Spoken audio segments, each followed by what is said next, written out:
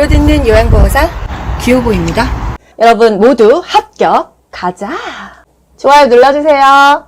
1번 건강한 노화를 위한 방법으로 적절한 것은 1. 자녀에게 의존하는 생활을 한다. 2. 사회적 관계망을 점차 좁힌다. 3. 수직적인 부부관계를 유지한다. 4. 지역 자원봉사활동에 참여한다. 5. 만성질환을 민간요법으로 관리한다. 정답은요? 4번이죠? 지역 자원 봉사활동에 참여하는 게 건강한 노화를 위한 방법으로 적절한 것이겠어요.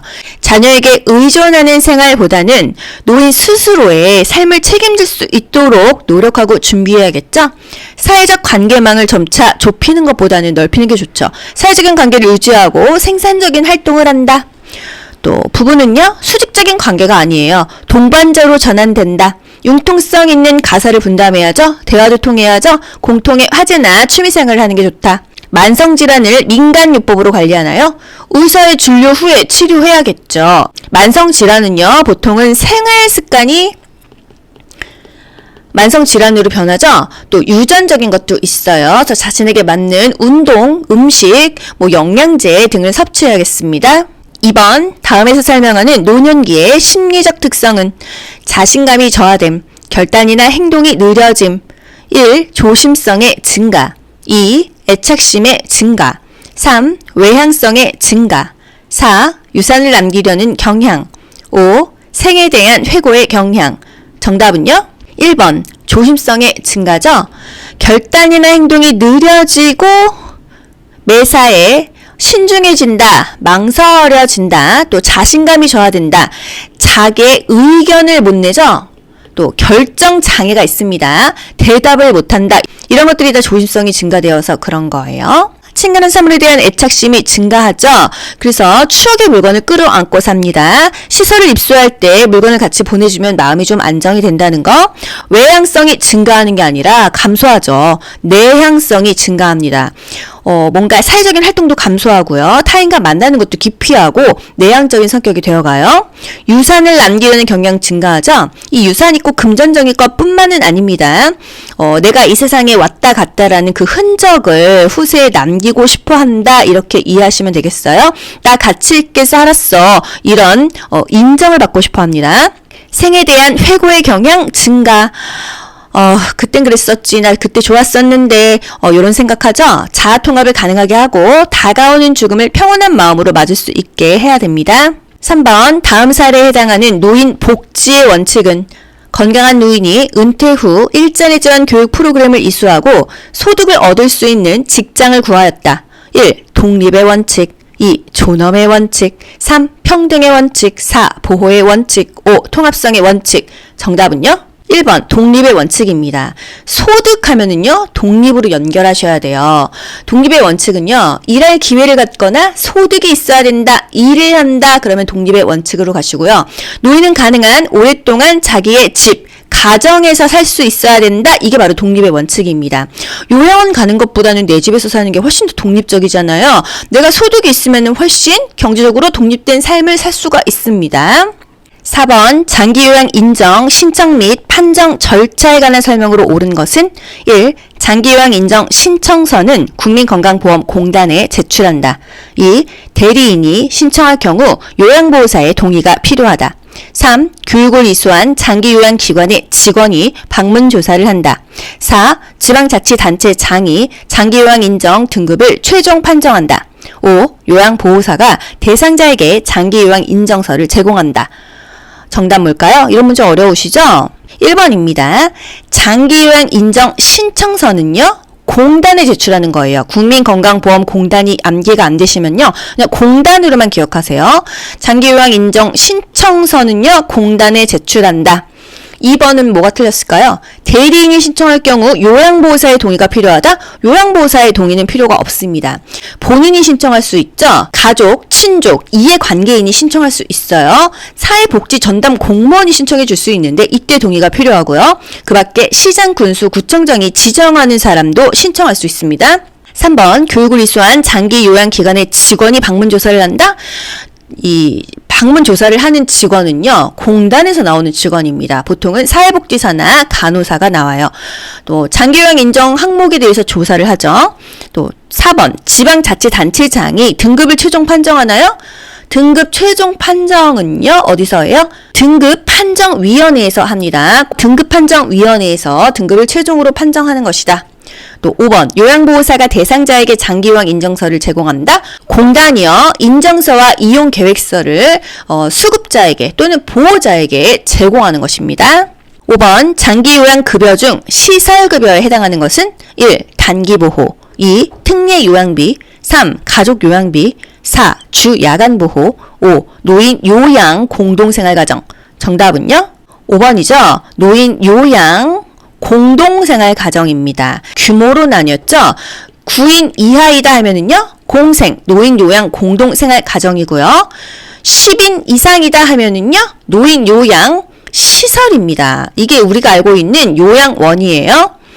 단기 보호는요, 재가급여죠. 특례요양비, 가족요양비, 이거 뭐예요? 특별현금급여입니다. 특별현금급여에는 가족요양비, 특례요양비, 요양병원 간병비, 비비비가 바로 특별현금급여가 되겠어요. 주야간보호, 재가급여죠. 재가급여에는 뭐가 있었죠? 방문요양, 방문목욕, 주야간보호, 단기보호, 그 밖의 서비스, 기타 재가급여라고도 하고요. 복지용구를 대여하거나 구매하는 것들이 있죠. 일정 시간을 보호한다 하면은 주야간보호고요. 일정한 기간을 보호한다 하면은 단기보호로 가세요. 6번, 다음에서 설명하는 노인장기요양보험의 표준 서비스 유형은 관공서의 동행함, 대상자의 공과금 납부를 대행함. 1. 정서 지원 서비스, 2. 일상생활 지원 서비스, 3. 개인 활동 지원 서비스, 4. 신체 활동 지원 서비스, 5. 기능회복 훈련 서비스. 정답은요? 3번, 개인 활동 지원 서비스입니다. 요양보호사가 지금 집 안에 있나요? 집 밖에 있나요? 요양보호사가 활동을 하려고 집 밖으로 나갔죠? 대상자의 개인적인 활동을 도와주는 것이죠. 개인 활동 지원 서비스로 가시면 되겠어요. 집안일 해주는 거 일상생활 지원 서비스입니다. 또 세탁, 장보기 일상생활 지원 서비스고요. 신체 접촉이 필요한 거 신체 활동 지원 서비스죠. 뭐 구강관리, 몸단장, 식사도움, 체위 변경, 침대에서 휠체어 옮기기 이런 것들 다 신체 활동 지원 서비스가 되겠습니다. 7번, 요양보호 서비스 제공 원칙으로 옳은 것은 1. 업무 효율을 위해 권위적인 태도를 유지한다. 2. 응급상황 시 우선순위에 따라 의료행위를 한다. 3. 대상자의 잔존 능력을 고려하여 서비스를 제공한다. 4. 대상자의 생활방식을 요양보호사의 기준에 맞춘다. 5. 대상자의 사적 정보를 동료 요양보호사와 공유한다. 정답은요? 3번, 대상자의 잔존 능력을 고려해서 서비스를 제공한다. 요양보호에서 가장 중요한 건요, 대상자 스스로 할 수 있는 것은 스스로 하게 함으로써 잔존 능력을 유지해서 삶의 질을 조금이라도 더 유지하는 게 굉장히 중요합니다. 업무 효율을 위해 권위적인 태도를 유지하지 않죠. 대상자와 요양보호사는요, 상호 대등한 관계예요. 갑과 을이 없어요.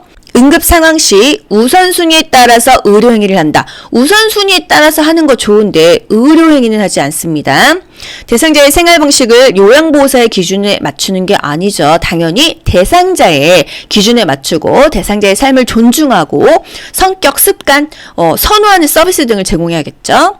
또 사적 정보 공유하면 안 됩니다. 비밀 누설하면 안 돼요. 벌칙 2이죠. 2년 이하의 징역 또는 2천만 원 이하의 벌금이 있어요. 요거는 요양보호사의 벌금이고요. 간호조무사가 환자 비밀을 누설했을 때는 3입니다. 달라요. 요양보호사, 이것은 지금 요양보호사 시험이니까 2입니다. 2. 8번, 노인 학대 유형 중 정서적 학대에 해당하는 것은 1. 유언장의 내용을 변조한다. 2. 친척과의 연락을 차단한다. 3. 약물을 강제로 복용하게 한다. 4. 노동에 대한 임금을 지급하지 않는다. 5. 생존에 필요한 생활비 지급을 중단한다. 정답은요? 2번이죠. 정서적인 학대예요. 친척과의 연락을 차단한다. 유언장의 내용을 변조하는 거는요, 경제적인 학대입니다. 돈에 관련된 거 경제적인 학대죠. 또 약물을 강제로 복용하게 한다. 신체적인 학대예요. 집 안으로 못 들어오게 한다. 집 밖으로 못 나가게 한다. 출입을 통제하거나 생존 유지에 필요한 기본적인 장치를 단절하거나 뭐 가스 끊었어, 전기 끊었어 이런 거요. 또 혈압약, 당뇨약 이런 약 안 줬어 또는 강제로 먹였어 이런 것들이 다 신체적인 학대가 되겠어요. 9번 노인보호 전문기관의 역할로 옳은 것은 1. 노인 학대 행위자에 대한 수사를 실시한다. 2. 노인학대 피해 노인에게 장기 숙식을 제공한다. 3. 노인학대 피해 노인을 위한 성년 후견자를 지정한다. 4. 노인학대 판정을 위한 의학적 진단을 제공한다. 5. 노인학대 행위자에 대한 상담 및 재발방지 교육을 한다. 정답은요? 5번이죠. 노인 학대 행위자에 대한 상담, 재발 방지 교육을 하고 있습니다. 노인 보호 전문 기관은요. 학대받는 노인을 법적으로 신고하는 기관이고요. 학대받는 노인을 대상으로 사례 관리를 수행합니다. 노인 학대 행위자를 대상으로 재발 방지 교육하죠. 노인 자살 예방 교육까지 하고 있어요. 노인 학대 행위자에 대한 수사를 실시한다? 수사는요. 경찰이나 수사기관에서 하고 있습니다. 또 장기 숙식을 제공하지는 못해요. 이거는 노인 복지시설에서 제공을 하고 있습니다. 노인학대 피해 노인을 위한 성년 후견자를 지정한다? 뭐 이런 것들은 다 법률기관에서 하고 있고요. 노인학대 판정을 위한 의학적 진단을 제공한다? 이거는 의료기관에서 하고 있습니다. 10번 요양보호사의 임금 구성 항목과 취업 규칙을 명시하도록 규정해 놓은 법이 뭐냐? 1. 근로기준법 2. 국민건강보험법 3. 산업안전보건법 4. 사회보장기본법 5. 산업재해보상보험법 정답은요? 1번 근로기준법입니다. 요양보호사가 지금 근로자잖아요. 취업해가지고요. 이 돈 받고 이런 법은요. 근로기준법이에요. 요양보호사의 임금 구성 항목과 취업 규칙을 명시하도록 규정해 놓았다. 또 기준에 미치지 못하는 근로계약은요. 무효죠. 11번 대상자가 요양보호사에게 성희롱을 할 때 대처 방법은 1. 반응하지 않고 계획된 업무를 수행한다. 2. 대상자의 행동에 대해 가족에게 항의한다. 3. 감정적으로 대응한 후 해당 장소를 떠난다. 4. 거부 의사를 표현하고 시설장에게 보고한다. 5. 요양보호 업무를 중단하고 다른 일을 알아본다. 정답은요? 4번 거부 의사를 표현하고 시설장에게 보고한다이죠. 거부 의사를 표현한다, 단호하게 말한다. 이런 것들이 답이 되겠습니다. 요양보호사의 대처, 감정적인 대응은 삼가해야겠죠. 단호히 거부 의사를 표현합니다. 또 관리 책임자에게 보고를 해서 적절한 조치를 취하게 한다. 12번 요양보호사가 지켜야 할 직업 윤리로 옳은 것은 1. 보수교육 참여는 최대한 미룬다. 2. 동일한 종교를 가진 대상자를 선호한다. 3. 대상자의 개인정보에 대한 비밀을 보장한다. 4. 동료 요양보호사와 경쟁하는 자세를 갖는다. 5. 기관의 지침을 우선시하여 서비스를 제공한다. 정답은요? 3번 대상자의 개인정보에 대한 비밀을 보장한다. 보수교육 참여를 미루면 안 되죠? 효율적이고 안전하게 업무를 수행하기 위해서 지속적으로 지식과 기술을 습득한다. 인종, 연령, 성별, 종교 이런 것들을 이유로 대상자를 차별 대우하지 않는다. 동료 요양보호사와는요, 상호 협력적인 그런 관계를 유지해야겠어요.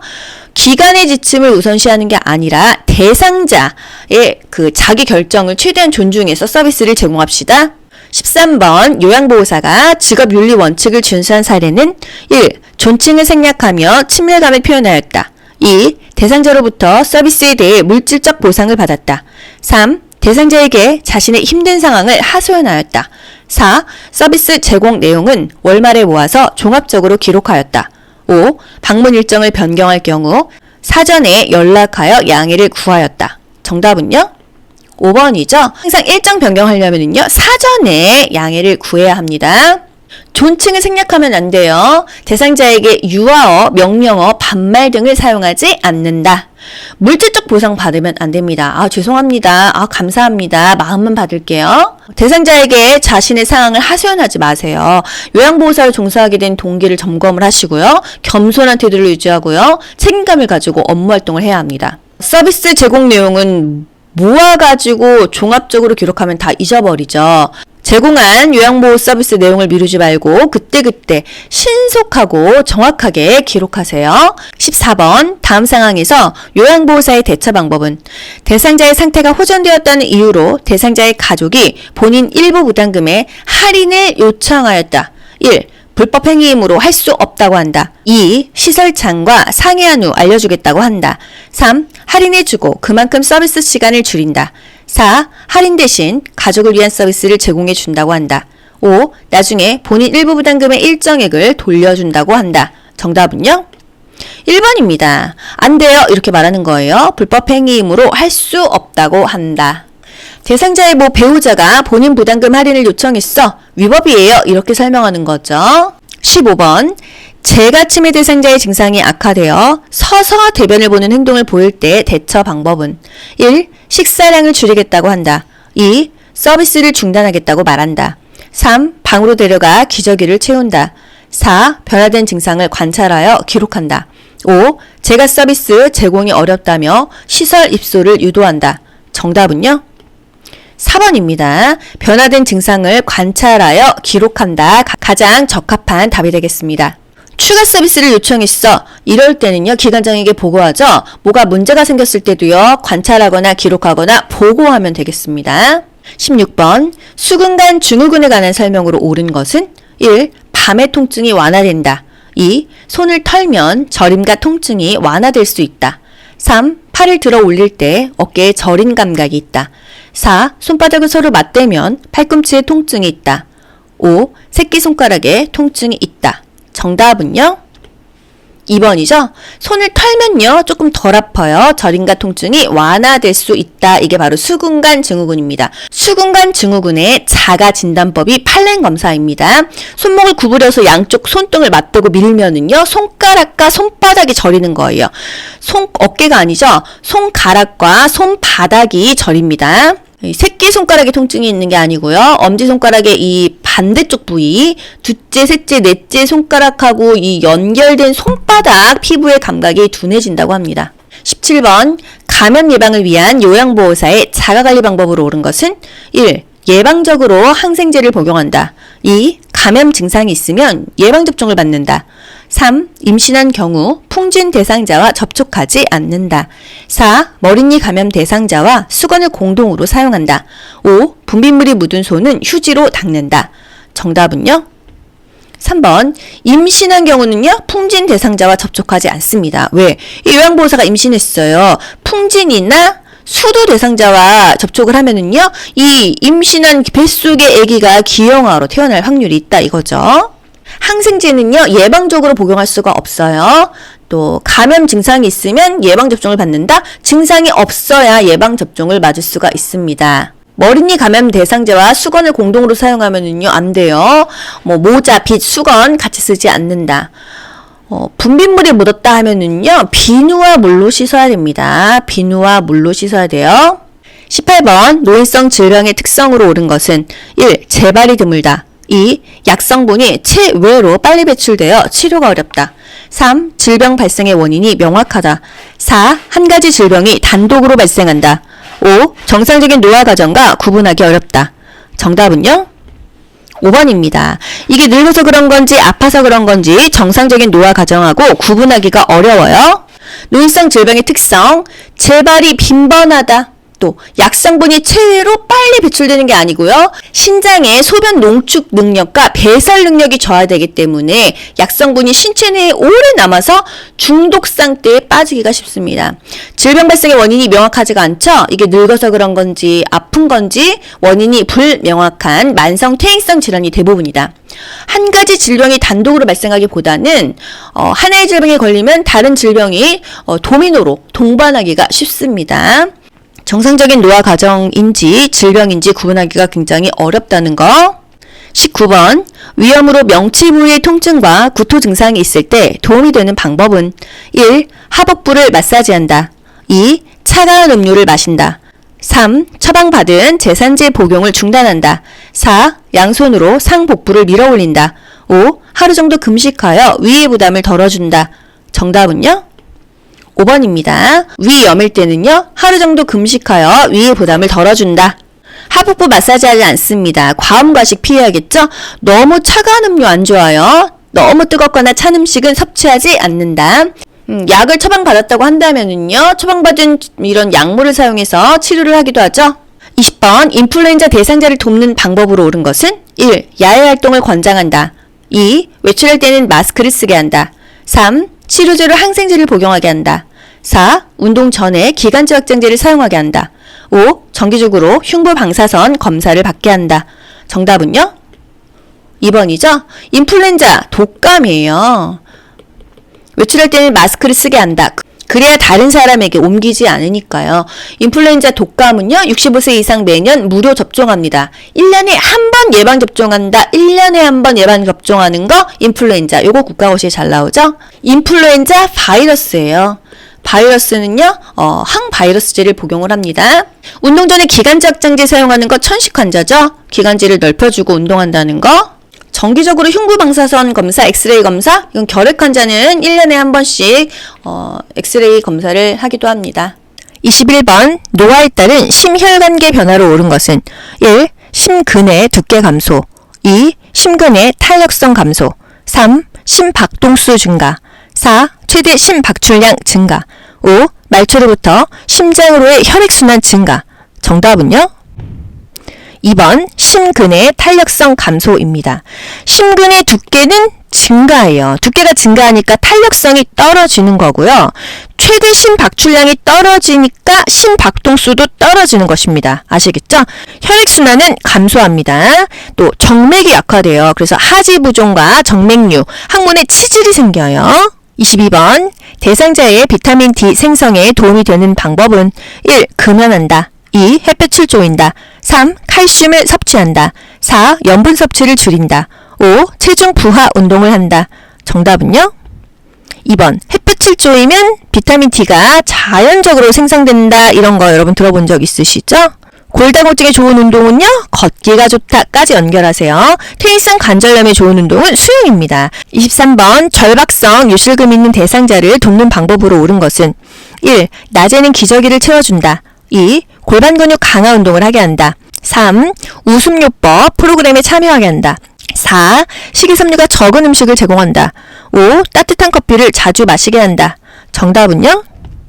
2번이죠. 요실금 하면은요, 케겔 운동 또는 골반 근육 강화 운동을 한다. 이렇게 연결하시고요. 웃음요법 프로그램에 참여하면요, 웃거나 재채기 할 때 더 찔끔찔끔 요실금이 나와요.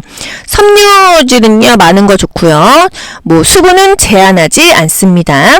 커피는 이뇨작용이 있기 때문에 더 나빠요. 24번 대상포진에 관한 설명으로 옳은 것은 1. 세균에 의해 감염되는 질환이다. 2. 장기간 스테로이드를 복용해야 한다. 3. 치료 후 신경통이 사라질 때까지 격리한다. 4. 가려움증이 있는 부위에 온찜질을 적용한다. 5. 과거에 수두를 앓았던 사람에게서 주로 발생한다. 정답은요? 5번입니다. 대상포진 바이러스죠. 과거에 수두를 앓았던 사람에게서 주로 발생하고요. 대상포진은 면역력이 떨어졌을 때 많이 발병을 합니다. 타는 듯한 통증, 자결감. 자결감 하면은 대상포진하고 연결을 해주세요. 대상포진 바이러스예요. 그래서 항바이러스제를 먹습니다. 25번 손해가 손상되어 뇌졸중이 발생했을 때 나타나는 특징적인 증상은 1. 기억력이 저하된다. 2. 감정을 잘 조절하지 못한다. 3. 몸의 균형을 유지하지 못한다. 4. 말의 내용을 이해하지 못한다. 5. 시야의 한쪽 귀퉁이가 어둡게 보인다. 정답은요? 3번입니다. 손해가 손상되면은요, 몸의 균형을 유지하지가 못해요. 그래서 운동실조증이라고 하죠? 술 취한 사람처럼 비틀비틀 걷게 돼요. 이게 바로 균형 감각이 떨어졌다. 손해가 손상됐다. 이겁니다. 감정을 잘 조절하지 못하는 것은 대뇌랑 관련이 있고요. 26번 안압 상승으로 시야가 좁아지며 안구 통증과 시력 상실이 나타날 수 있는 질병은 사실 보기 전에 딱 나오죠. 안압이 상승했다, 통증이 있다, 뭐죠? 녹내장입니다. 이렇게 답을 빨리 찾으실 수 있어야 돼요, 여러분. 보기 다 보지 않아도요. 녹내장, 안압이 상승했어, 통증이 있어, 그럼 녹내장이죠.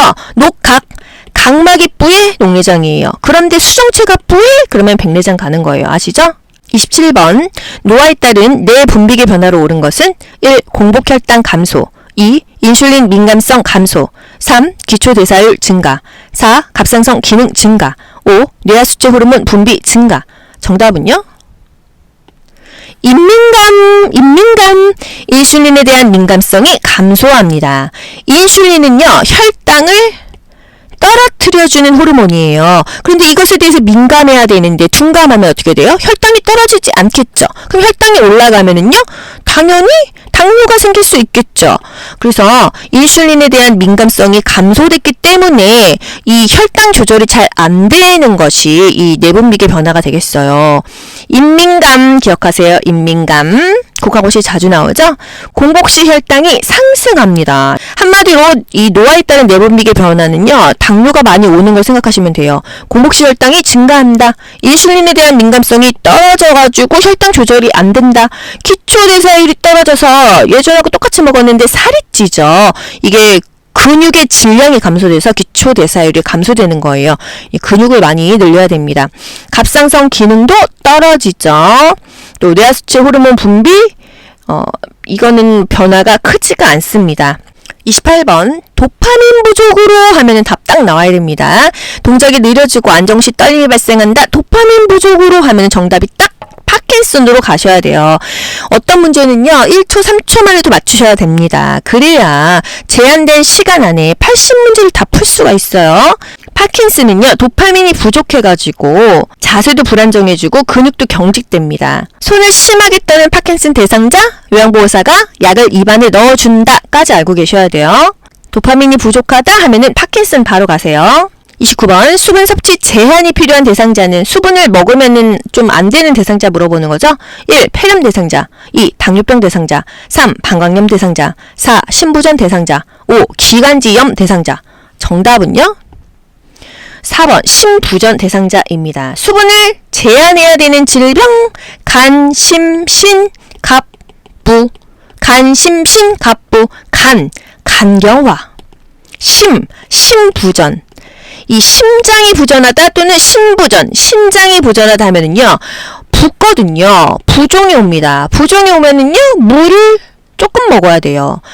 갑상선 기능 저하증, 부신 기능 저하증이에요. 이 염증 환자요, 방광염, 요로감염, 기관지염, 폐렴, 이런 염증 환자는요, 물을 많이 먹어야지요. 이 염증이 몸 밖으로 배출된다. 이것까지 다 국가고시에서 요구합니다. 30번 노인의 약물 복용 방법으로 옳은 것은 1. 증상이 좋아지면 약 처방 복용을 중단한다.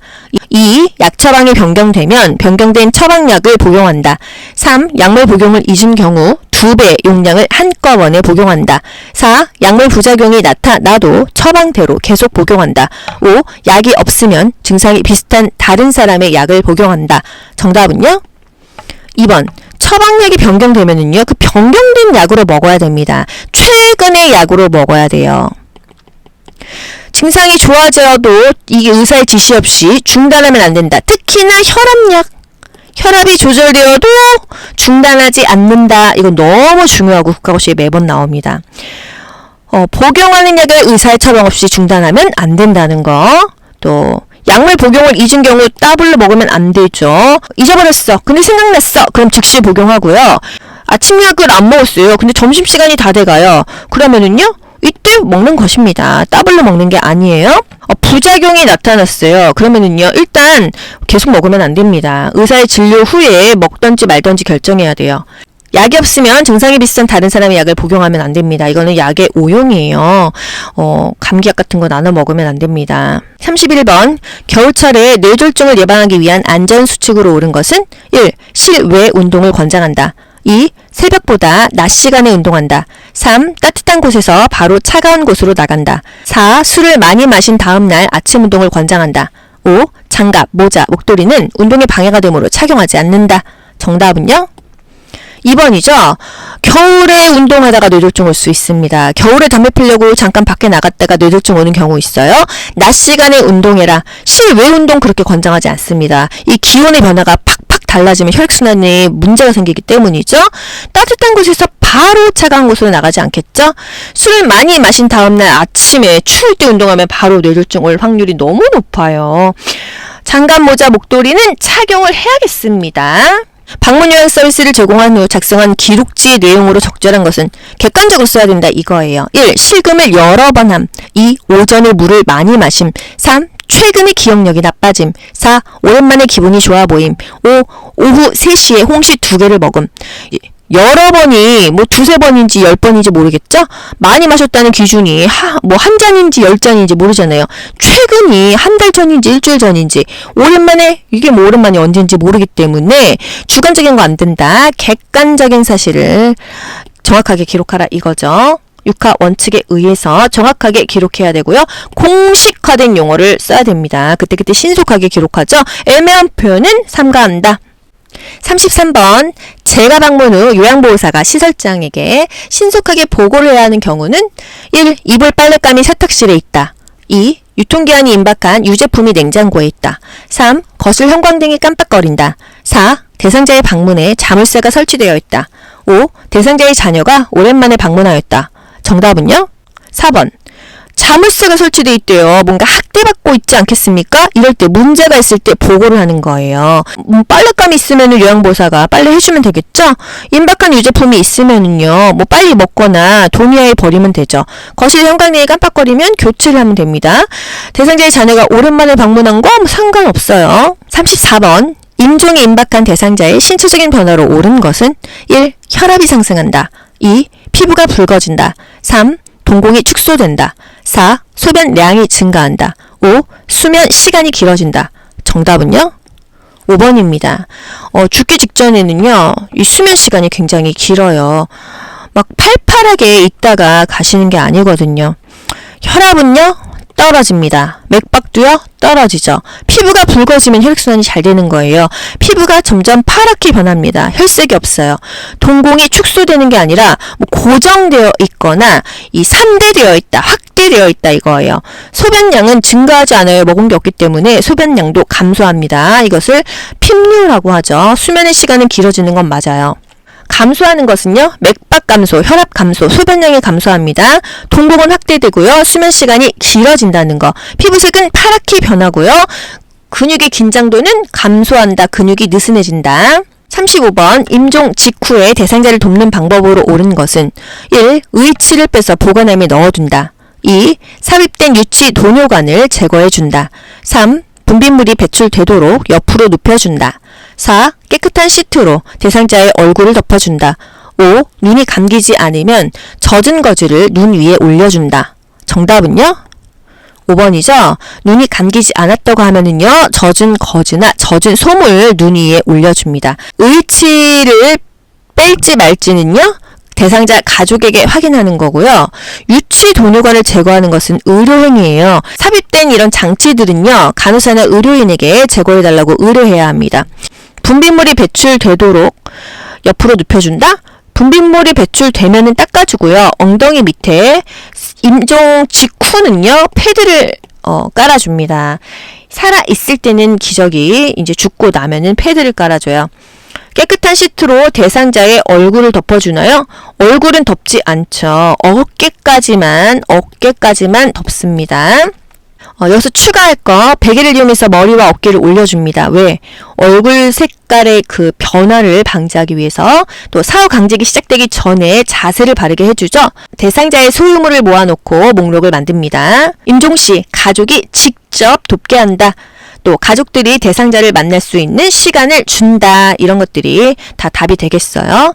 36번 오른쪽 편마비 대상자의 식사를 돕는 방법으로 옳은 것은 1. 오른쪽을 밑으로 하여 눕힌다. 2. 왼쪽에 베개나 쿠션을 받쳐준다. 3. 사례가 들리면 물을 마시게 한다. 4. 국물로 목을 축인 후 밥을 먹인다. 5. 식후에 입안 왼쪽에 찌꺼기가 있는지 확인한다. 정답은요? 4번 국물로 목을 축인 후 밥을 먹인다. 오른쪽 편마비 대상자예요. 왼쪽 건강한 쪽을 아래로 하게 해서 눕혀야 되겠죠? 또 불편한 쪽 오른쪽에 베개나 쿠션을 받쳐준다. 사례가 들리면 입으로 뭔가를 집어넣지 않습니다. 또 식후에 입안 오른쪽 불편한 쪽에 찌꺼기가 있는지 확인해야겠어요. 37번 연하곤란이 있는 대상자의 경관 영양을 돕는 방법으로 옳은 것은 1. 침상 머리를 올려 대상자를 앉혀준다. 2. 구토를 하면 영양액 주머니를 올려준다. 3. 영양액을 체온보다 낮은 온도로 준비한다. 4. 청색증이 나타나면 영양액 주입 속도를 늦춘다. 5. 주입 중 영양액이 역류되면 비위관을 제거한다. 정답은요? 1번 침상머리를 올려 대상자를 앉혀준다. 경관 영양은요, 콧줄로 밥을 먹이는 것입니다. 밥을 먹을 때는요, 상체를 올려줘야지 소화가 잘 되겠죠? 구토를 하면은요, 이 비위관을 잠그고 보고해야겠어요. 영양액을 체온보다 낮은 온도로 준비하지 않죠? 따뜻하게 체온 정도로 경관 영양을 합니다. 청색증이 나타나면 주입 속도를 늦추는 게 아니라 잠근 후 보고하면 되겠어요. 주입 중 영양액이 역류되면 비위관을 제거한다. 비위관을 제거하는 것은 의료행위죠. 간호사 또는 시설장에게 보고해야 됩니다. 38번 많은 양의 알약을 복용하는 대상자를 돕는 방법으로 옳은 것은 1. 잘게 쪼개어 먹인다. 2. 두세 번으로 나누어 먹인다. 3. 물로 한꺼번에 녹여 먹인다. 4. 갈아서 가루로 만들어 먹인다. 5. 숟가락에 담아 입안 깊숙이 넣어 먹인다. 정답은요? 2번이죠? 두세 번으로 나누어 먹인다. 너무 알약이 많으면요, 나누어서 먹인다 이거예요. 가루약 같은 경우는요, 숟가락을 사용해가지고 약을 물에 녹인 후에 투약을 합니다. 또는 바늘을 제거한 주사기에 녹인 그 약을 조금씩 주입하기도 하고요. 대상자가 만약에 파킨슨이에요. 손을 떤다고 하면은요, 알약을 직접 입안에 넣어준다까지 알고 가셔야 됩니다. 39번 안약을 점적할 때 코 안으로 약이 흘러내려가는 것을 예방하는 방법으로 옳은 것은 안약이에요. 1. 비루관을 지그시 눌러준다. 2. 상안검 안쪽에 거즈를 대어준다. 3. 점적 중간에 눈을 깜빡이게 한다. 4. 멸근 솜으로 눈 바깥쪽을 눌러준다. 5. 하부 결막낭 4-5cm 위에서 점적한다. 정답은요? 1번 비루관을 지그시 눌러준다. 안약 눌러줬었죠. 안연고 움직여줬어요. 상안검 아니죠. 하안검 아래 결막낭 중앙이나 외측으로 1-2cm 위에서 투여합니다. 40번 정맥 주사를 맞고 있는 대상자가 주사 부위가 붓고 아프다고 할 때 대처 방법은 1. 주사 바늘을 제거한다. 2. 수액 조절기를 잠근다. 3. 주사 부위에 온찜질을 한다. 4. 주사 맞는 팔을 심장보다 높게 한다. 5. 부어오른 부위를 알코올솜으로 눌러준다. 정답은요? 2번 수액 조절기를 잠굽니다. 문제가 생기면은요, 일단 멈추고 보고하는 거예요. 41번 침대에 누워있던 대상자가 화장실에 간다며 일어나 앉더니 어지럽다고 할 때 대처 방법은 일어났는데 어지러워요. 1. 찬물을 마시게 한다. 2. 기저귀를 채워준다. 3. 이동 변기를 사용하게 한다. 4. 서둘러 화장실로 데려간다. 5. 잠시 침대에 앉아있게 하고 지켜본다. 정답은요? 5번입니다. 종전의 자세로 바꾼다 이거예요. 누워있다 일어나는데 어지러워 다시 눕힌다. 앉아있다 일어나는데 어지러워 다시 앉힌다 이거예요. 잠시 침대에 앉아있게 하고 지켜본다. 이게 답입니다. 종전의 자세로 변경한다. 또는 원래 자세로 눕히고 보고한다. 42번 간이변기를 사용하여 침상에서 배설하는 대상자를 돕는 방법으로 옳은 것은 1. 대상자가 스스로 변기 위에 앉게 한다. 2. 열탕으로 소독할 수 있는 변기를 사용한다. 3. 변기를 놓을 자리에 젖은 수건을 깔아 놓는다. 4. 침대를 평평하게 하여 배에 힘을 주기 쉽게 한다. 5. 변기를 침대 난간과 90도가 되게 놓은 후 대상자를 앉힌다. 정답은요? 2번이죠? 간이변기, 열탕으로 소독할 수 있는 변기를 사용하는 게 좋겠다 이거예요. 변기 놓을 자리에 젖은 수건을 깔아 놓아요. 둔부 밑에 방수포를 깝니다. 또 침대를 평평하게 해서 배에 힘을 주기 쉽게 한다? 배에 힘을 주려면요, 상체가 올라가야 돼요. 대상자가 협조가 가능하면은요, 무릎을 들게 한 후에 둔부를 들어 올린 다음에 변기를 넣고, 대상자가 협조가 안 돼요. 움직일 수가 없어요. 옆으로 옮긴 다음에 그 다음에 변기를 대고요. 변기를 중앙에 대고요. 그리고 다시 똑바로 눕힙니다. 옆으로 돌리고 변기를 집어 넣어준다. 요거는 간호조무사, 요양보호사 국가고시에서 정말 자주 나옵니다. 이게 힘으로 막 이렇게 할 수가 없거든요. 옆으로 돌리고 변기든 기저귀든 집어넣고 다시 똑바로 눕힌다. 이게 순서예요. 간이변기는요, 침상에서 용변을 해결하는 용도입니다. 43번 이동 변기를 사용하여 배변하는 대상자를 돕는 방법으로 옳은 것은 1. 배변하는 동안 계속 말을 건다. 2. 이동 변기에 앉혀 양쪽 발을 들게 한다. 3. 대상자 손에 변이 묻어 있으면 손 소독제로 닦아준다. 4. 이동 변기를 침대보다 높게 두어 대상자의 이동을 편하게 한다. 5. 밖에서 기다려주길 원하면 문 밖에서 대상자의 상태를 살핀다. 정답은요? 5번이죠. 밖에서 기다려주길 원하면은요, 문 밖에 서가지고선 뭐 괜찮으시죠? 수시로 대상자의 상태를 살피면 되겠어요. 배변하는 동안 계속 말 걸지 않아요. 뭐 끝나면 얘기해주세요. 그리고 중간중간 확인합니다. 이동 변기에 앉혀서 양쪽 발을 바닥에 닿게 하고요. 또 대상자 손에 변이 묻어 있으면은요, 물과 비누로 손을 씻게 해줘야겠죠. 침대 높이와 이동 변기의 높이가 같도록 맞춘다. 44번, 시설에서 대상자의 기저귀를 교환하는 방법으로 옳은 것은 1. 불쾌한 냄새를 제거하기 위해 창문을 열고 기저귀를 교환한다. 2. 기저귀는 정해진 시간에 교환한다. 3. 기저귀를 교환할 때마다 시설장에게 보고한다. 4. 오염된 기저귀는 바깥면이 보이도록 말아서 버린다. 5. 대상자가 허리를 들 수 없으면 엎드리게 하여 기저귀를 교환한다. 정답은요?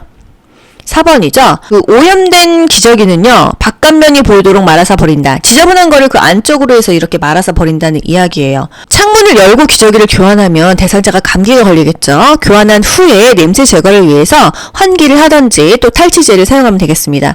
기저귀는 정해진 시간에 교환하면 안 돼요.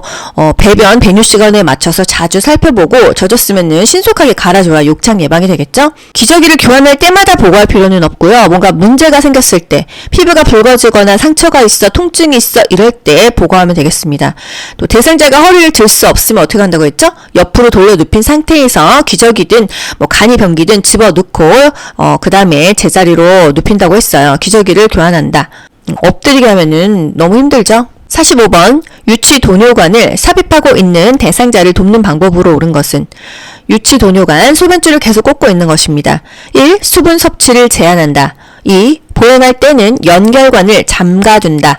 3. 소변이 배출되지 않으면 유치 도뇨관을 교체한다. 4. 소변량이 적으면 연결관을 잠가둔다. 5. 아랫배가 아프다고 하면 연결관이 꺾여 있는지 확인한다. 정답은요? 5번이죠. 배가 아프다 하면은요, 수분이 안 빠지는 거예요. 연결관이 꺾여 있는지 눌려 있는지 꼬여 있는지 확인해 줘야 됩니다. 금기사항이 없는 한 수분 섭취는 권장합니다. 보행할 때는요, 연결관을 잠그지 않아요. 소변이 빠져야 되기 때문에요. 단 소변 주머니가 이 몸보다 아래, 방광보다 아래 있어야 된다. 이것만 지켜주시면 됩니다. 소변이 배출되지 않으면 이렇게 보고해야겠죠. 우리가 교체하면 안 됩니다. 의료행위를 직접 할 수는 없다. 소변량이 적으면 연결관을 잠그는 게 아니라 보고를 해야겠어요. 46번, 대상자의 의치를 관리하는 방법으로 옳은 것은 1. 의치를 끼운 채로 자게 한다. 2. 의치는 뜨거운 물에 삶아서 소독한다. 3. 의치를 표백제에 담가 변색을 막는다. 4. 위쪽 의치를 끼울 때는 손바닥으로 밀어서 끼운다. 5. 전체 의치는 위쪽 의치와 아래쪽 의치를 맞추어서 보관한다. 정답은요? 5번입니다. 의치를 끼운 채로 자면은요, 잇몸 압박이 해소가 안 돼요. 하루에 6, 7시간은 빼고 자야 되는 거예요. 또 의치를 뜨거운 물에 삶으면은요, 쪼그라듭니다. 플라스틱 소재거든요. 그래서 주방세제를 묻혀서 미온수로 의치를 닦거나 의치를 표백제에 담그면 안 되죠. 찬물에 담그거나 의치 세정제에 담가야 됩니다. 이 위쪽 의치를 끼울 때는요, 손가락 2개, 엄지와 검지로 잡죠.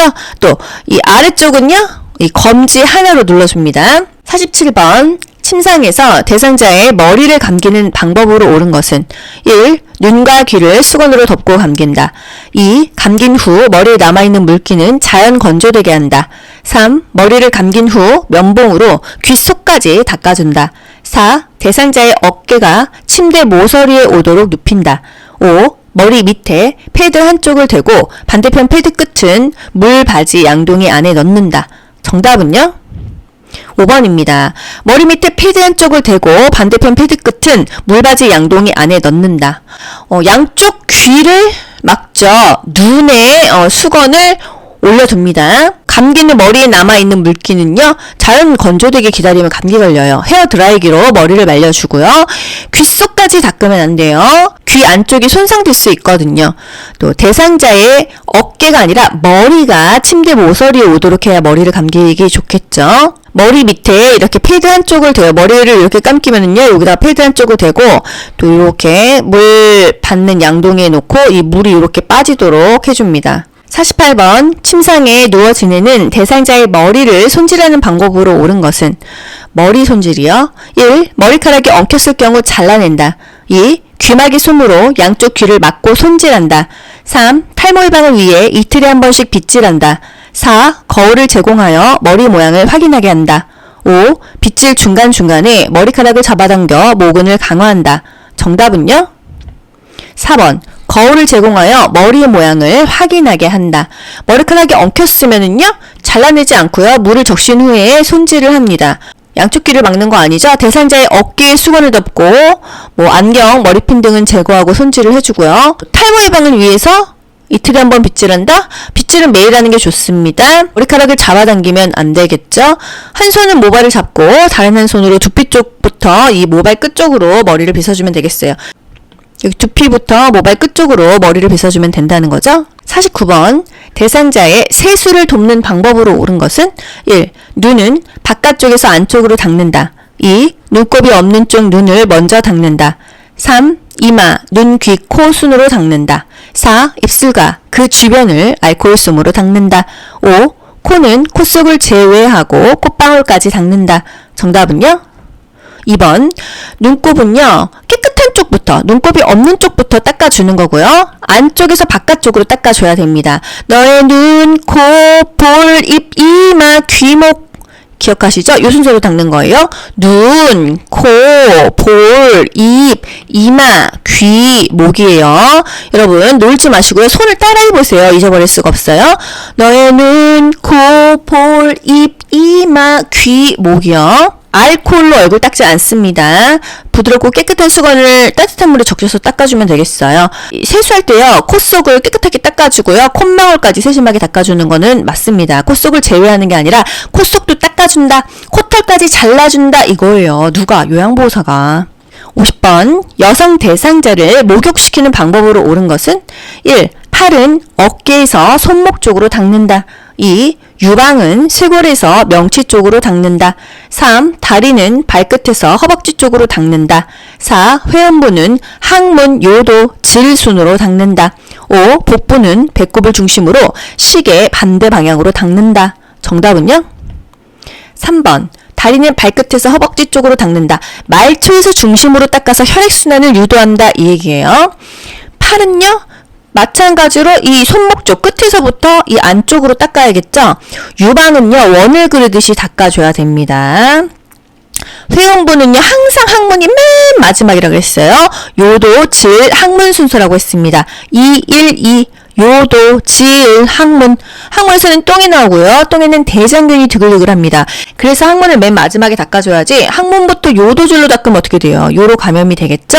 항문이 항상 마지막이라는 것을 기억하세요. 복부는요 시계 방향으로 닦아줘야 됩니다. 그래야 장 운동이 활발해져서 배변에 도움을 줘요.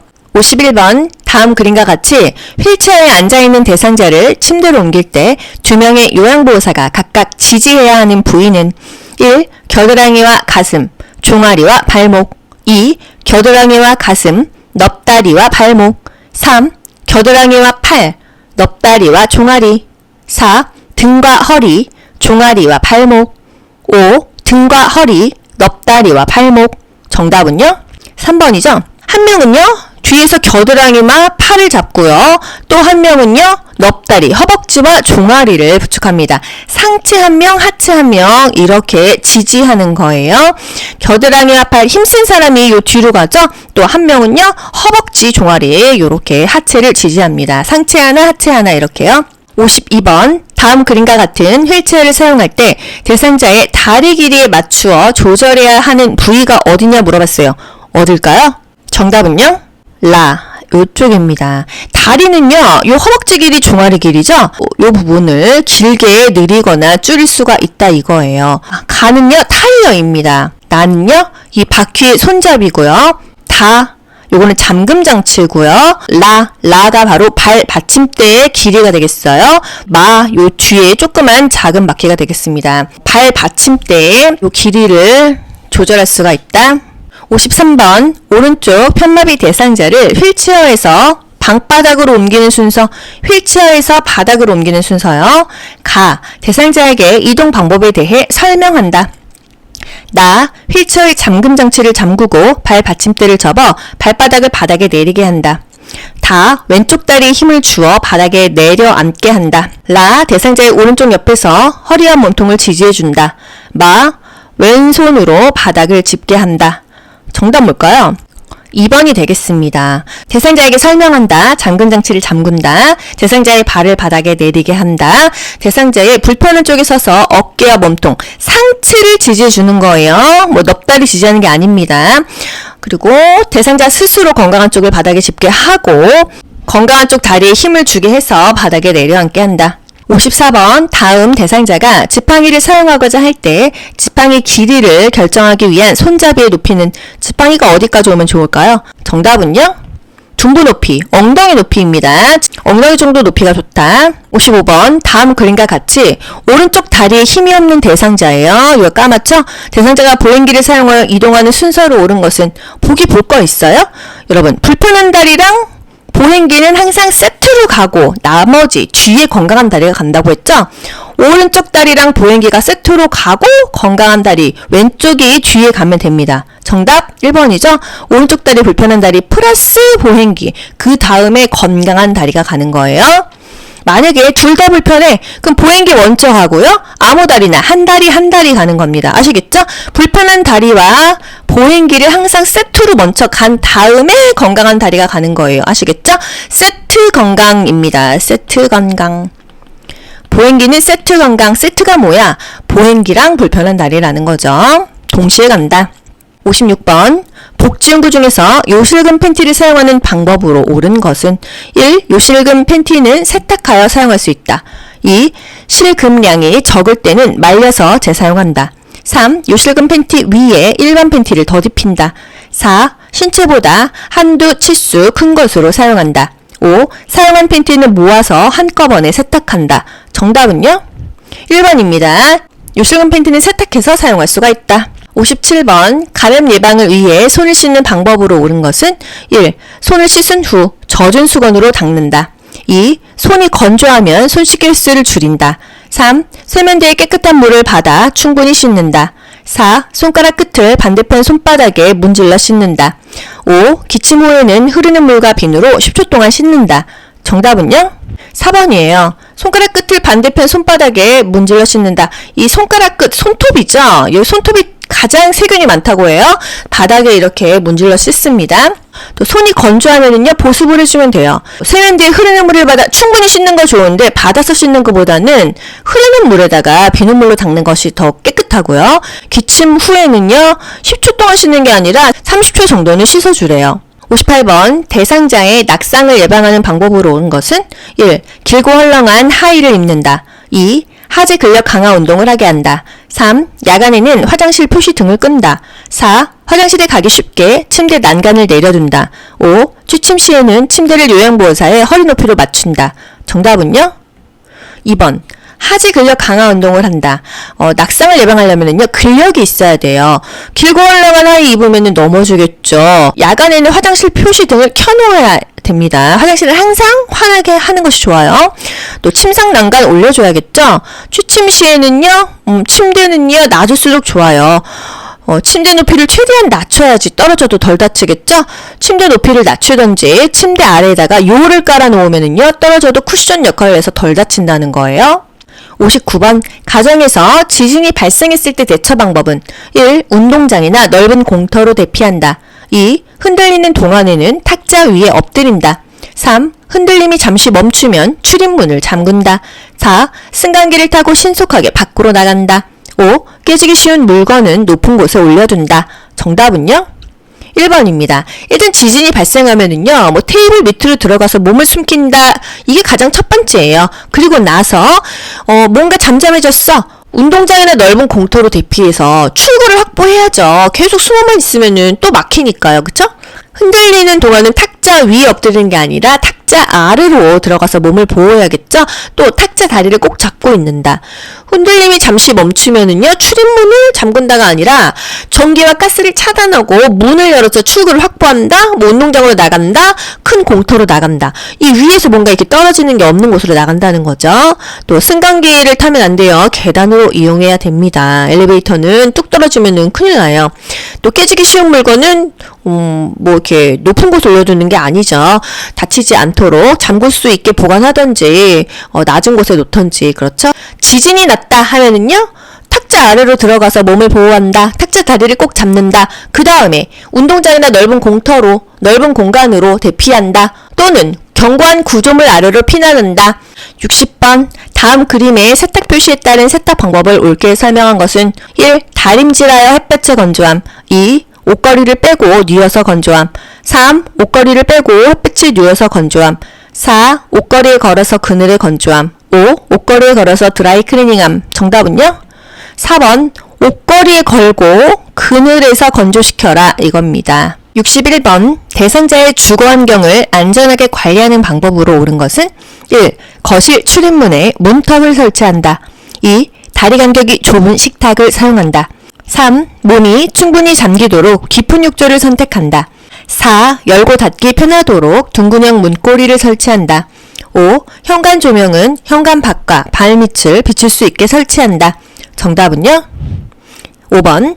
현관 조명은 환하게 현관 밖, 발밑을 비출 수 있게 설치한다 입니다. 문턱은 없애야겠죠? 다리 간격이 좁은 식탁보다는 넓은 식탁이 좀 더 깊게 안정적으로 앉을 수가 있겠죠? 몸이 충분히 잠기도록 깊은 욕조 위험해요. 높이가 낮은 욕조가 사용하기가 편하고 욕조 바닥에는 미끄럼 방지 매트를 깔아서 낙상을 예방해야겠어요. 또 둥근형 문고리보다는 막대형 문고리가 이렇게 더 열고 닫기가 편하다고 했습니다. 62번. 대상자의 일상 업무를 대행하는 방법으로 옳은 것은 1. 보호자에게 필요한 서비스가 있는지 확인한다. 2. 동일한 업무를 재요청할 때에는 스스로 하게 한다. 3. 업무를 대행하기 전에 준비할 자료나 경비를 점검한다. 4. 업무 대행에 불만족해하면 다른 요양보호사를 연계해준다. 5. 서류 발급 업무를 대행하기 전에 요양보호사의 인감증명서를 받는다. 정답은요? 3번. 업무를 대행하기 전에 준비할 자료나 돈이 얼마 드는지 경비를 점검한다. 보호자에게 필요한 서비스를 확인하는 게 아니죠. 대상자에게 필요한 것을 확인합니다. 동일한 업무를 재요청할 때는 대상자의 업무 대행이 원활하게 이루어지고 있음을 수시로 확인시켜서 신뢰감을 형성하는 게 좋겠고요. 또 업무 대행에 불만족해 한다고 하면은 충분히 상의해서 진행합니다. 63번. 치매 대상자가 자신이 즐겨 입는 꽃무늬 스웨터를 접었다 폈다 하느라 잠을 자지 않을 때 대처 방법은 1. 스웨터를 입고 자자며 다독인다. 2. 늦었으니 내일 다시 하라고 한다. 3. 그런 행동을 하는 이유를 물어본다. 4. 세탁기 주겠다며 스웨터를 가져간다. 5. 수건으로 바꿔주고 계속하게 한다. 정답은요? 1번이죠. 스웨터를 입고 자자며 다독인다. 이 치매 반복적인 행동이라고 할 수 있겠죠. 이게 대상자 자체에게 해가 되지 않는다고 한다면 무리하게 중단하지 말고요. 그냥 놔둬도 되는 것입니다. 치매 대상자를 다독거리고 안심시켜 주는 것이 중요한 거예요. 왜 이런 이유를 물어보지 않습니다. 본인도 왜 그런지를 몰라요. 부정적인 것을 반복해서 기억해내도록 하지 않아요. 이유를 묻지 않는다. 64번. 방금 식사를 마친 시설 치매 대상자가 계속 밥을 달라고 할 때 요양보호사의 적절한 반응은 1. 방금 드셨는데 무슨 말씀이세요? 2. 이미 한 그릇 다 드셨어요. 잘 기억해 보세요. 3. 다음 식사를 준비하고 있으니 조금만 기다려주세요. 4. 계속해서 식사를 달라고 하시니 최가 너무 힘들어요. 5. 식사량이 충분하지 않으셨군요. 점점 식사량이 느는 것 같아요. 정답 뭐예요? 3번. 조금만 기다려주세요 이거예요. 이 시간 개념을 상실해서 이 본인이 밥 먹은 것을 잊었거나 심리적으로 불안하기 때문에 계속 먹으려고 하는 것일 수 있습니다. 지금 준비하고 있으니까 조금만 기다리세요. 또는 먹고 난 식기를 그대로 두거나 식사하고 나서 달력에 표시를 합니다. 조금 전에 드셨네요. 이런 것이 그나마 가장 적합한 답이 되겠습니다. 65번. 치매 대상자가 밤낮이 바뀌어 점심 식사 후 계속 졸고 있을 때 대처 방법은 1. 침대로 가서 눕게 한다. 2. 따뜻한 우유를 제공한다. 3. 조용한 음악을 틀어준다. 4. 커튼을 쳐서 실내를 어둡게 한다. 5. 밤 동안의 수면 상태를 파악한다. 정답은요? 5번이죠? 낮에 졸고 있으면요, 이 밤에 잠을 못 자는 거예요. 그래서 밤에 수면을 잘하고 있는지 파악하는 게 좋고, 1, 2, 3, 4번은 더 잠이 잘 오게 하는 거잖아요. 밤에 수면을 잘하려면 낮잠을 자면 안 됩니다. 산책과 같은 야외 활동을 통해서 낮에 신선한 공기를 접하고 운동도 어느 정도를 해야 밤에 잠이 오겠죠. 66번, 치매 대상자가 목적 없이 집 안에 이곳저곳을 배회할 때 대처 방법은 1. 방을 바꾸어 준다. 2. 창문을 열어둔다. 3. 색칠하기 활동을 하게 한다. 4. 취침 직전에 운동량을 늘려준다. 5. 실외에 배회 코스를 만들어준다. 정답은요? 3. 색칠하기 활동을 하게 한다. 뭔가 좋아하는 일을 하게 해주는 것입니다. 환경을 자주 바꾸면은 치매 대상자에게는요, 심리적 안정감이 없어져요. 더 좋지 않습니다. 창문을 열어두면 안 돼요. 창밖으로도 도망가죠. 출입이 가능한 현관문, 창문 다 잠가 놓아야 해요.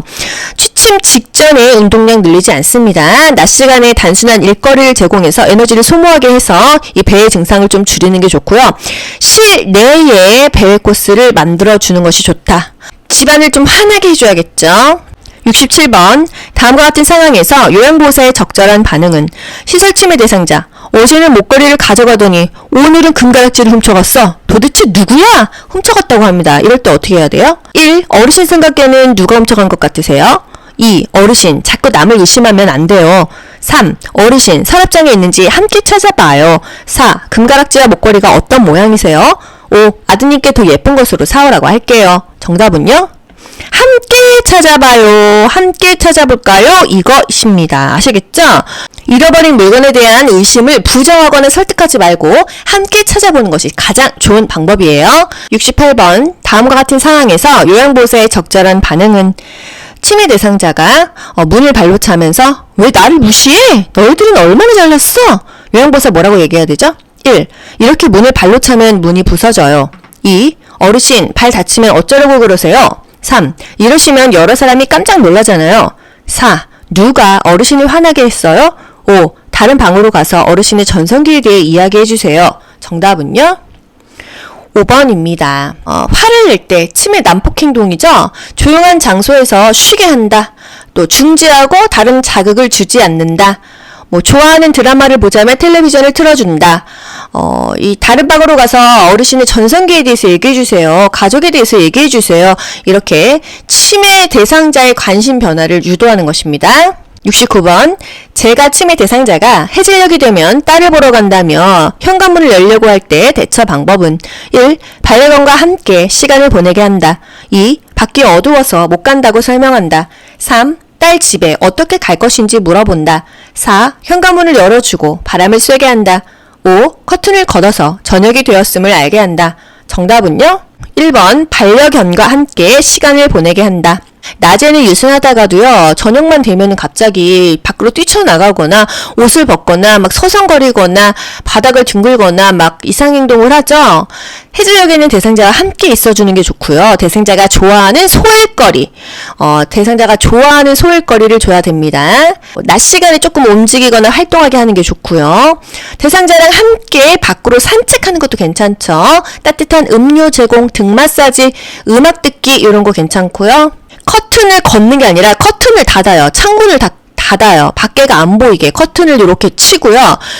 불을 환하게 켭니다. 지금은 밤이 아니에요. 낮이에요. 연출해 주는 거예요. 70번, 시설 치매 대상자가 프로그램 중 바지를 벗는 행동을 자주 할 때 대처 방법은 1. 편안한 바지로 갈아입혀본다. 2. 바지를 입으라고 큰 소리로 말한다. 3. 스스로 바지를 입을 때까지 기다린다. 4. 가족에게 상황을 설명하고 퇴소를 권한다. 5. 바지를 벗으려고 할 때 손을 꽉 잡아 제지한다. 정답은요? 1번, 편안한 바지로 갈아입혀본다. 옷이 너무 끼어서 불편하거나 사타구니가 간지럽거나 이 회음부에 문제가 생기거나 상처가 나서 바지를 벗을 수도 있거든요. 의복으로 인한 이런 불편감, 대소변 욕구, 회음부 상태를 확인하고 도와줘야겠어요. 본인이 뭔가 바지를 벗거나 노출하는 것은요, 침착하게 뭐 옷을 입혀주거나 불편한 곳이 있는지 확인하는 게 답이 되겠고요. 성적으로 부적절한 행동을 했을 때는 단호하게 제지한다, 단호하게 말한다, 이런 것들이 답이 됩니다. 71번 경증 치매 대상자가 다음과 같은 활동에 참여할 때 향상될 수 있는 인지 기능은 과일 가게에서 살 수 있는 것을 말해보기, 미음으로 시작하는 단어를 말해보기. 경증이죠. 경증. 1. 계산력, 2. 통제력, 3. 친화력, 4. 수능력, 5. 언어 능력. 정답 뭐예요? 언어 능력이죠. 딸기, 사과, 수박 이렇게 말해보는 것. 언어 능력을 향상시키기 위한 인지 기능으로서 요런 뭐 과일 가게에서 살 수 있는 거 말해보기. 뭐 미음으로 시작하는 단어 말해볼까요? 뭐 마음, 미움 뭐 이런 거요. 뭐 이렇게 인지 기능을 유지합니다. 72번 치매 대상자의 병원 방문을 도울 때 의사소통하는 방법으로 옳은 것은 1. 대상자가 치매 환자임을 인식시킨다. 2. 요양보호사가 동행한다고 말해주며 안심시킨다. 3. 대상자가 방문 이유를 알고 있는지 질문하여 확인한다. 4. 병원에서 검사 후 진료받고 약을 탈 것이라고 설명한다. 5. 치매의 정도가 심해졌을 수도 있다고 분명하게 말해둔다. 정답은요? 의사소통 방법. 안심시킨다입니다. 의사소통의 기본 원칙, 대상자가 이해할 수 있도록 쉽게 짧은 문장을 사용하고요. 반복적으로 설명해주죠. 왜? 라는 질문하지 않고요. yes or no, 예, 아니오로 대답할 수 있는 질문을 해주는 게 좋겠죠. 항상 현실을 알려주고요. 가까운 곳에서 얼굴을 마주보고 말합니다. 치매는요, 항상 안심시켜주고 함께 있어주고 사랑을 줘야 돼요. 73번 대화를 하면서 딴청을 부리는 동료 요양보호사에게 나 전달법으로 의사소통한 경우는 나 전달법이요. 주어가 내가 돼야 되죠. I 메시지. 1. 제가 무슨 말을 했는지 이야기해 보시겠어요? 2. 당신은 저와 대화를 나누고 싶지 않은가 봐요. 3. 당신은 소통하기 어려운 사람이군요. 다음에 다시 이야기해요. 4. 많이 바쁘신가 봐요. 다른 일을 하시면서라도 제 이야기에 집중해 주세요. 5. 다른 곳을 보고 있으니 어디까지 들었는지 알 수가 없어 답답하네요. 정답은요? 5번입니다. 내가 답답하다 이거예요. 주어가 항상 내가 돼야 되는 거죠. I 메시지, 내가 느끼는 바를 솔직하게 말한다. 나를 주어로 말한다. 원하는 바를 정확하게 말한다. 식사를 안 하시니까 걱정돼요. 마음이 안 좋아요. 힘이 들어요. 이렇게 주어가 항상 내가 돼야 되는 것입니다. 74번 시각장애가 있는 대상자와 의사소통하는 방법으로 옳은 것은 1. 대상자를 만나면 신체 접촉으로 알린다. 2. 요양보호사를 중심으로 방향을 설명한다. 3. 말로 하기 어려운 사물은 만져보게 한다. 4. 지시대명사를 사용해 사물의 위치를 이야기한다. 5. 대상자와 걸으며 이야기할 때는 요양보호사가 반보 뒤에서 따라간다. 정답은요? 3번이죠. 말로 설명하기 어려우면요. 만져보게 합니다. 대상자를 만나면요. 신체 접촉하기 전에 항상 먼저 말로 해야 돼요. 그냥 딱 잡으면은 깜짝 놀랍니다. 요양보호사 중심이 아니죠? 대상자 중심으로 왼쪽, 오른쪽 이렇게 설명을 해줘야 되죠. 뭐 3시 방향에 휴대폰이 있어요. 이런 식으로요. 지시대명사를 사용하면요. 이쪽 저쪽이 눈이 안 보이는데 어딘지를 알아요. 그쵸? 또 요양보호사가 항상 반보 앞에서 이렇게 쭉 끌듯이 반보 앞으로 가야 됩니다. 대상자의 팔을 끄는 듯한 자세요. 시각장애 대상자 항상 정면에서 이야기하고요. 대상자를 중심으로 왼쪽, 오른쪽을 설명합니다. 또 신체 접촉 전에 항상 말을 먼저 건네고요. 요양보호사가 반보 앞으로 나와서 걸어요. 75번 언어장애가 있는 대상자와 의사소통하는 방법으로 옳은 것은 1. 이야기하는 동안 음악을 틀어놓는다. 2. 한 번에 여러 내용을 명확하게 이야기한다. 3. 알아들은 내용을 요약하여 이야기해보게 한다. 4. 눈을 깜빡이거나 손짓으로 의사를 표현하게 한다. 5. 질문에 대한 답변이 끝나기 전에 다음 질문을 한다. 정답은요? 4번. 언어장애가 있기 때문에 말을 못하죠? 눈을 깜빡이거나 손짓으로 의사를 표현하게 하는 경우입니다. 이야기하는 동안 음악을 틀어놓으면 안 되죠. 대화에 집중해야 돼요. 소음이 있는 곳을 피해야 됩니다. 한 번에 여러 내용이 아니죠. 한 개씩 명확하게. 또 뭐 그림판, 문자판 이런 것을 이용하죠. 실물을 이용합니다. 알아들은 내용을 요약해서 이야기하기 어려워요. 또 예, 아니요 등으로 짧게 대답할 수 있게끔 해주고요. 답변이 끝나면은 다음 질문 해야겠죠. 특히나 이 언어장애 대상자, 뇌졸중 대상자 많죠? 항상 뭔가 표현을 잘했을 때는요, 칭찬해주고 긍정적인 공감을 해줘야 돼요. 본인이 건강하다가, 어제까지 건강하다가 갑자기 뇌졸중으로 말을 못하고 반신마비가 됐습니다. 얼마나 의기소침해요. 그러다가 뭔가를 잘 표현했을 때는요, 아우, 잘하셨어요. 이렇게 공감을 해줘야 되고, 긍정적으로 말해줘야 되는 거예요. 76번. 다음과 같은 방법으로 의사소통해야 하는 대상자는 대상자를 일관성 있게 대한다. 날짜, 시간, 사람을 자주 인식시킨다. 주의사항을 그림이나 문자로 제시한다. 어떤 장애가 있는 대상자일까요?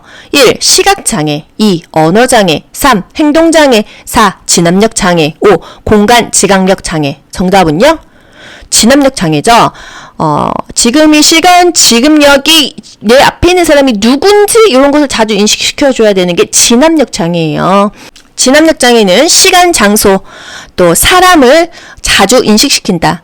지금은 겨울이니까 도토리는 가을에 주우러 가요. 아들 사진 보여주면서 아드님이시네요. 이렇게 기억하게 하거나 현실을 인식시켜 줍니다. 77번. 대상자가 떡을 먹다가 갑자기 목을 움켜쥐는 증상을 보일 때 대처 방법은 하임리히법 해야겠죠? 1. 즉시 심폐소생술을 한다.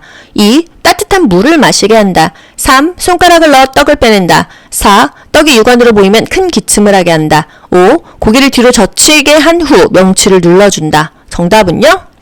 4번. 떡이 보이면은 큰 기침을 하게 해서 빼냅니다. 하임리히법이요.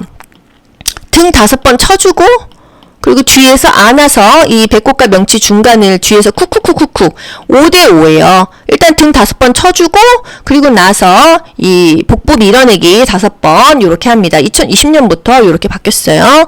큰 기침을 하게 한다. 뭐 등을 쳐준다. 또는 이 복부를 밀어 올린다. 이런 것들이 답이 되겠습니다. 78번. 산책하던 대상자가 넘어져 발목 골절이 의심될 때 응급처치 방법으로 옳은 것은 골절하면은요 움직이지 않게 한다. 고정시킨다. 이게 답이에요. 1. 온찜질을 해준다. 2. 발목 부위를 붕대로 압박한다. 3. 발목이 움직이는지 돌려보게 한다. 4. 손상 부위에 뼈에 변형이 있는지 관찰한다. 5. 침대에 눕히고 발을 심장 위치보다 낮게 내려준다. 정답은요? 4번. 손상 부위 뼈에 변형이 있는지 관찰한다. 보통은요, 골절됐을 때 갑자기 확 부어 올랐다가 가라앉거든요. 골절이 됐는지 뭔가 확인을 한다 이 얘기고요. 냉찜질이 좋죠? 발목 부위를 붕대로 압박한다. 이거 뭐 나쁜 방법은 아닌데요. 혹시라도 뼈가 튀어나왔다고 하면은 이걸 직접 압박하지는 않거든요. 직접 압박하지 않는다. 그렇게 생각하시면 되겠습니다. 발목이 움직이는지 돌려보면 안 돼요. 항상 절대로 움직이지 않게 하는 게 중요해요.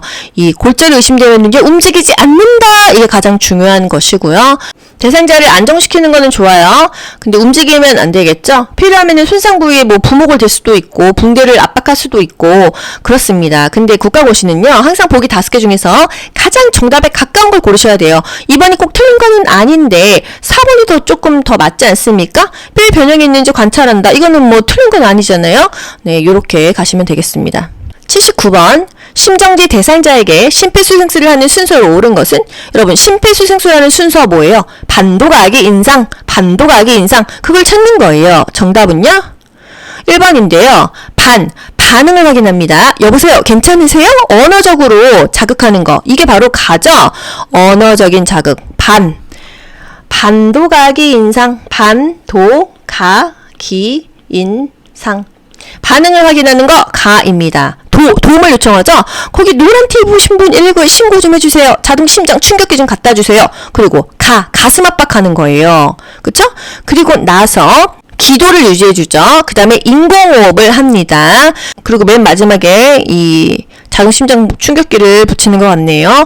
요 순서입니다. 반도각의 인상, 반응 확인, 도움 요청, 가슴 압박, 기도 유지, 인공호흡. 여긴 기도 유지는 없죠. 그리고 나서 자동심장 충격기를 붙여주는 거예요. 80번. 심폐소생술을 할 때 자동심장 충격기를 사용하는 방법으로 옳은 것은? 1. 심장 리듬을 분석한 후 패드를 부착한다. 2. 심장 리듬 분석 중에도 가슴 압박을 지속한다. 3. 충격이 전달된 즉시 대상자의 반응과 호흡을 재확인한다. 4. 심폐소생술 중 자동심장 충격기가 도착하면 지체 없이 전원을 켠다. 5. 패드는 대상자의 오른쪽 중간 겨드랑이 선과 왼쪽 빗장뼈 밑에 붙인다. 정답은요? 4번. 심폐소생술 중에 자동심장 충격기가 도착하면 지체 없이 전원을 켠다. 요게 답이 되겠습니다. 일단 심장 리듬 분석하고 패드 부착하는 게 아니죠. 전원 켜고 패드를 먼저 붙여요. 패드 어디다 붙이죠? 오른쪽, 왼쪽, 오른쪽 빗장뼈, 여기 쇄골뼈 밑에, 왼쪽 중간 겨드랑이 밑에다 붙이는 거예요. 리듬 분석할 때는 모두 물러나세요. 아무도 손을 대지 않았죠. 패드는요, 오른쪽 쇄골뼈, 빗장뼈 아래에, 또 왼쪽 중간 겨드랑이에 붙여줍니다. 이거 반대로 설명되어 있네요. 그쵸? 자동심장 충격기는요, 전원을 켜줍니다. 그리고 패드를 부착해요. 그리고 심장 리듬을 분석하죠.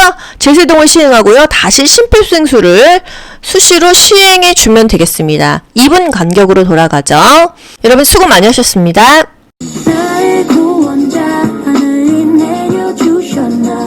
귀로 듣고 고득점 합격하는 비결이 귀요보에 있습니다.